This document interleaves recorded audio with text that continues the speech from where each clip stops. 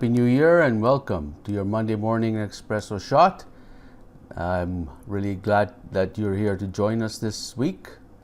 On Monday, let us begin by placing our awareness in the area of the heart,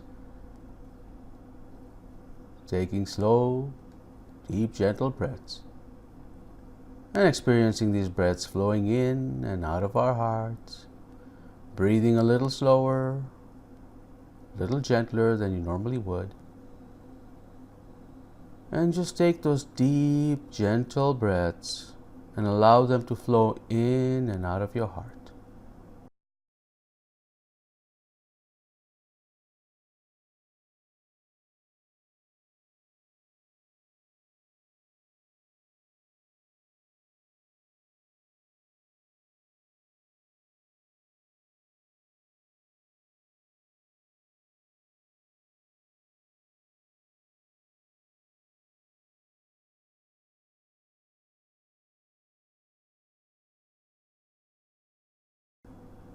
Now see if you can take breaths even a little more deeper.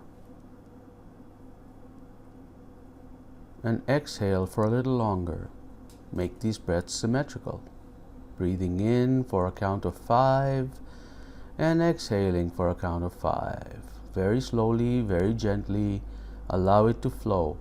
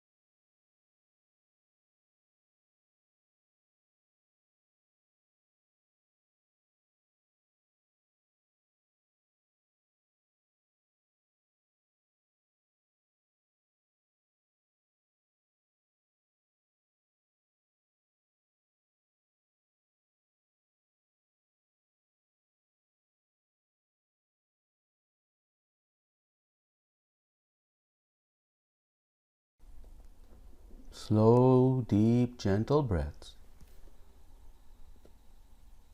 And just experience your chest rising and falling as you take these slow, deep, gentle breaths.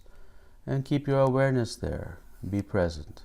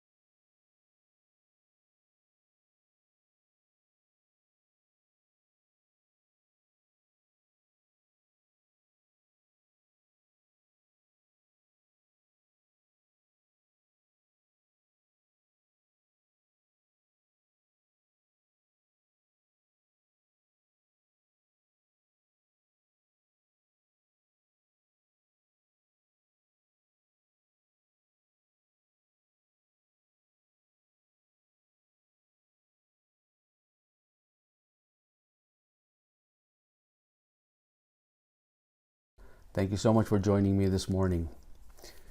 And now for the I didn't know that moment.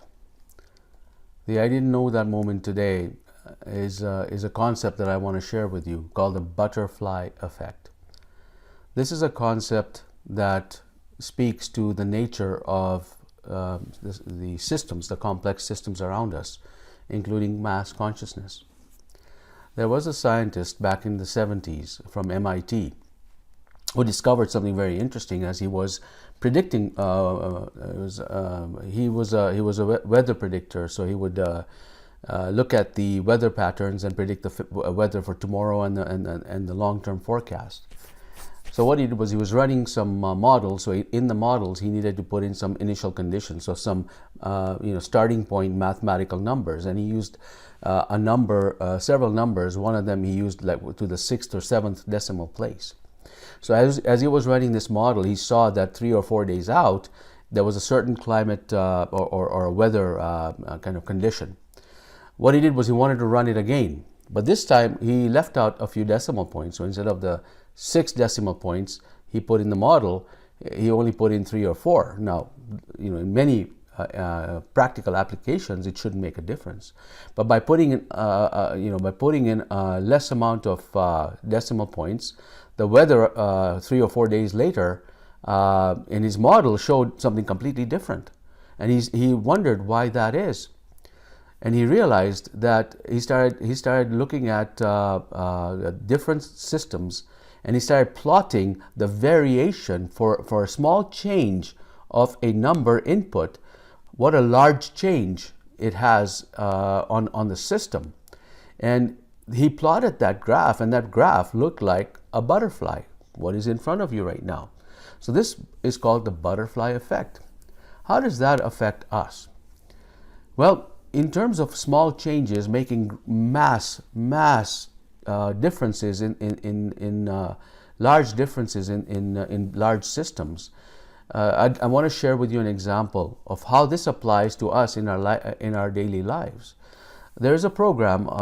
There's a woman called Deb DeLisi who does a Abundant Love project. What she does is she was inspired one day to take a rock she found in a beach, paint "You Are Dearly Loved" on it, and she decorated it nicely, attached a note to it, and basically or used a rubber band, and then left it somewhere in plain sight, but some subtle area for people to find randomly.